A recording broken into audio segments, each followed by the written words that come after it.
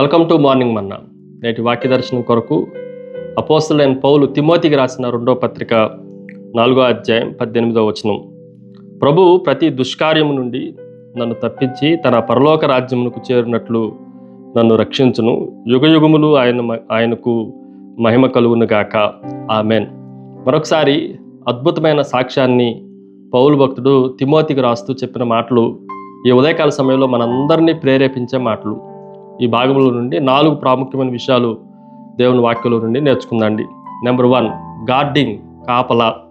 ఆయన ఎలాంటి వాడు దేవుడు అని మనం ఆలోచన చేస్తే, ప్రభు ప్రతి దుష్కార్యము నుండి నన్ను తప్పించి మనల్ని కాపలా కాసేవాడు, మనల్ని తప్పించేవాడు. ఏ విషయాలని ఆలోచన చేస్తే ప్రతి దుష్కార్యము, అది ఏ చెడ్డ కార్యమైనా, ఏ హింస అయినా, ఏ బాధ అయినా, ఏ నొప్పి అయినా, ఏ రకమైన సాతాను శోధన అయినా దేవుడు మనల్ని తప్పించేవాడు. ఆయన ఒక మంచి సెక్యూరిటీ గార్డ్గా ఆయన మనల్ని కాపాడేవాడు అన్న విషయాన్ని ఈ ఉదయకాల సమయంలో మనం గ్రహించాలి. దానియేలుని సింహాల బోనులో పడవేసినప్పటికీ ఆయన జీవితాన్ని అంతటినీ కాపలా కాస్తున్న దేవుడిగా, దేవాతి దేవుడిగా దానియేలు జీవితంలో మనం చూడవచ్చు. 2వ విషయాన్ని మీకు జ్ఞాపకం చేస్తాను. It is a guidance, మార్గదర్శకము.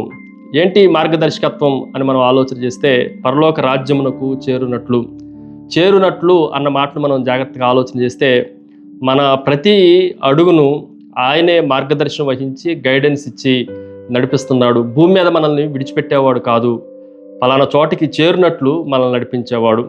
Yesobu జీవితాన్ని మనం ఆలోచన చేస్తే, గుంట నుండి, ఆ తర్వాత భయంకరమైన చెరసాల నుండి, చివరికి సింహాసనం ఎక్కేంత వరకు కూడా ప్రతి అడుగును నడిపించినట్లుగా దేవుని వాక్యంలో నుండి మనం ఆలోచన చేయొచ్చు.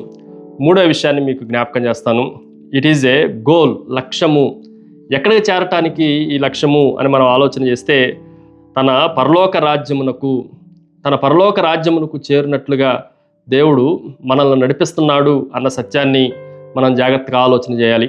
దేవుని అంతిమ లక్ష్యం భూమి మీద మనల్ని ఓదార్చడం కాదు, కానీ పరలోకానికి మనల్ని చేర్చడమే దేవుని యొక్క అంతిమ లక్ష్యం.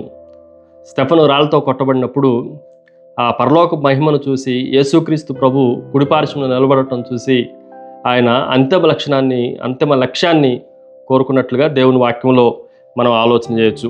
భూ సంబంధమైన విజయాలపైన మనం దృష్టి పెట్టకుండా శాశ్వతమైన పరలోక రాజ్యాన్ని చేరుకున్నట్లుగా మన దృష్టి ఉండాలి. దాని 4వ విషయాన్ని మీకు జ్ఞాపకం చేస్తాను. It is a glory. అపోస్తలుడైన పౌలు తన సాక్ష్యాన్ని ఎలాగ ముగిస్తున్నాడు అని మనం ఆలోచన చేస్తే, ఆరాధనతో చక్కగా ముగిస్తూ ఉన్నాడు.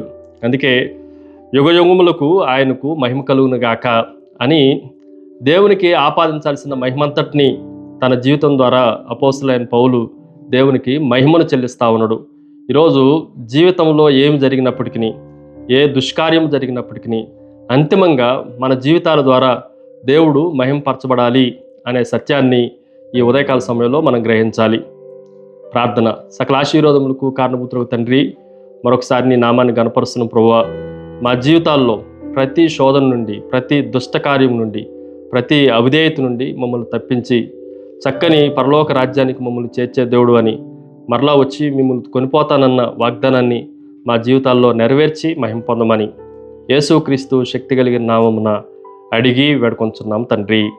ఆమెన్. God bless you.